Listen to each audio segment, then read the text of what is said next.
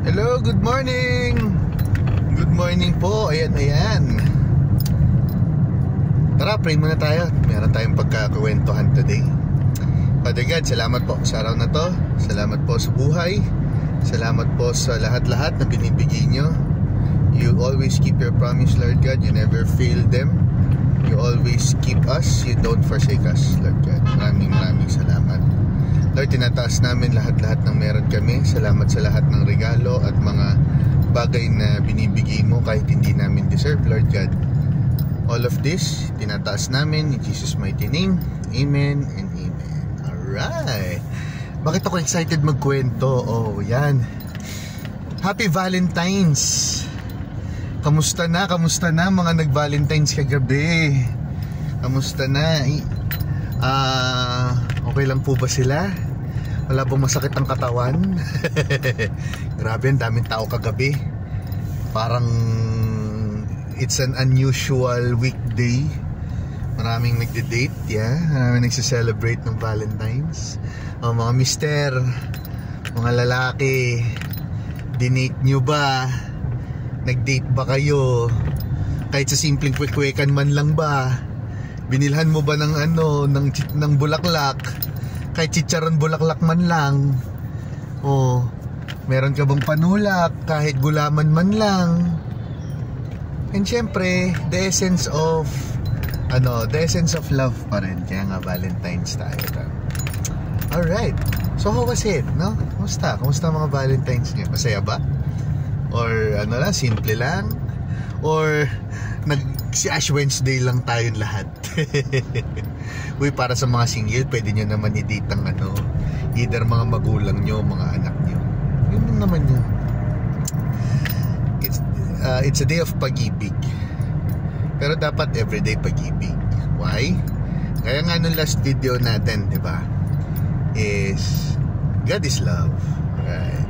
Hindi po si Saint Valentine's na sinasabi po nila ang may gawa ng pag-ibig. Bukod kay God. Si God lang po talaga yan. So parang Pasko lang din yan. Dapat Pasko laging everyday. Panahon ng bigayan, panahon ng pagmamahalan. Yan. Para tayo, peaceful tayo, no? Ako kahapon, yun nga, simple nga na lang kami. We both work, ni wife. After office, we met in a mall dyan sa Shangri-La kasi yun yung focal point namin eh. She will come from Makati, I will come from kagabi nanggali ako BGC. So medyo focal point namin ng pagkikita Shangri-La kasi she will take MRT. Yun nga, ang dami haba daw nga ng pila, kaya medyo stressful, no? So para maibsan yung stress niya, ako rin syempre na traffic, biyahe, daming tao sa kalsada. A simple date. Kaya hindi naman kailangan na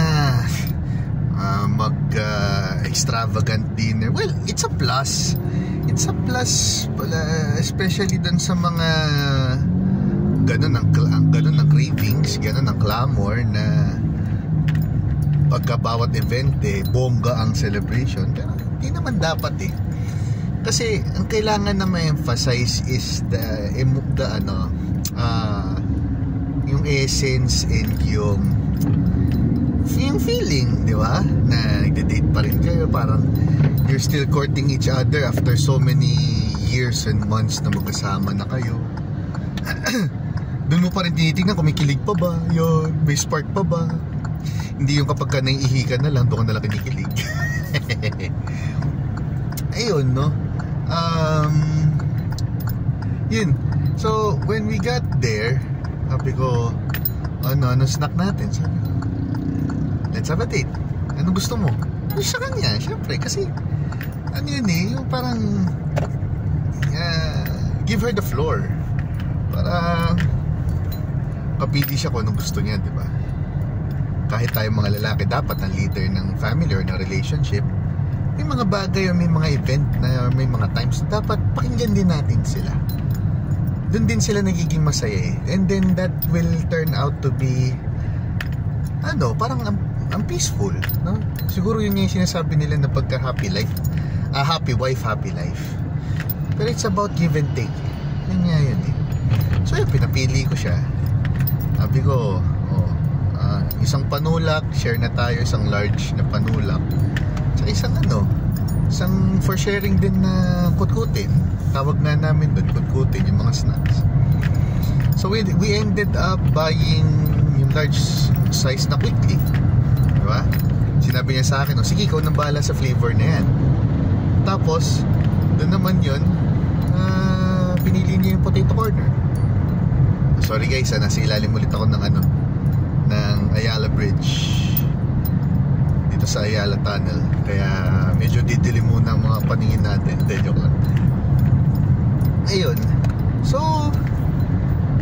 bumili kami ng giga size na pan-date lang, tapos so quickly sa Lingnam. Kamusta pala kay Ate Jandy sa Lingnam? Yun sa may Shangri-La, may kiosk sila doon na Lingnam. By the way, try niyo yung yung mga siopaw nila, sarap ng siopaw ng Lingnam, yung asado tsaka yung kutchay nila na na siopaw. Maliit pero napakalinamnam, sarap. Tapos yun din kay Potato Corner, endorsement. Hindi naman, lang sa kanila, syempre gratitude lang din, para more sales, more fun, di ba? Yan lang yan, tulungan lang. So, tas kay Quickly din pala. Anyway, yun, tapos after namin bumili noon, we just hanap lang kami ng isang table, and then meron pala, may ginagawa kaming mag-asawa. I don't know if applicable sa inyo, pero sa amin kasi applicable siya. Kasi bago ka umuwi, or bago ka talaga magpahinga ng gabing yun, nakakaibsan siya ng pagod mo for the day, stress mo for the day, consumption mo, or nasishare mo rin kung masaya ka on that day, you feel proud, you feel accomplished, nagkakasuportahan kayo, diba? So yun yung ginagawa namin, yung how was our day. Yan, hindi pong honey, how was your day? From the morning, ito ginawa ko, ganito, ganyan. Uy, alam mo ba, ganito. Ito ginawa ko to. Ay, meron pala ako naisip, ganito, ganito. Tama ba, ganito. Tapos pagdating naman sa akin, uy, ganda yung performance, maganda yung ganito, ganda yung kinalabasan ng meeting, maganda yung ganito. Pero meron talagang hindi may iwasan. Yung mga ganong klaseng usapan, di ba? Tapos nagkakaroon ng nagme-mellow down kayo, nare-relax yung bawat isa. Kaya ang ending na lang, gusto mo na lang matulog, gusto mo na kasi tapos na ka na, wala ka nang dinadala sa pagtulog. So that's everyday namin ginagawa yung how was our day na yan. Nakakaano na yan. Tsaka yan, basta matapos yung araw na nung hindi kami magkasama, what happened that day, what transpired, yun na rin yung means of communication, no? Siyempre sa isang relationship talaga napaka-critical, napaka-vital ang communication. Pagka maganda man or pangit yung kailangan i-communicate, kailangan mo partners kayo parang di ba nga nagsumpa through thick and thin, di ba?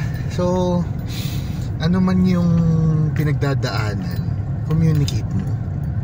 Kasi naman sabi nga niya, kasi naman sa kimkimin mo, pumutok ka dyan bigla, hindi namin nalalaman kasi natulungan ka, ikaw pa nag-meltdown, di ba? Merong limit may meltdown talaga ang tao. So yun, meron din ba kayong mga ganyan? Would like to know your paano yung how was your day part nyo, and how was your Valentine's kahapon. Paano kayo din mag-celebrate ng mga ganyang event? Pero kayo ba yung tipong bonggang pag-celebrate? Ngayon kahit simple lang, masaya na. So yeah, drop your comments. I would like to know your comments dyan sa ating comment section, sa ating comment box. This is our day 9 of kwentuhan. Pasensya na rin at medyo nagiging seldom kasi yung responsibility po ng inyong ng inyong lingkod medyo dumadami.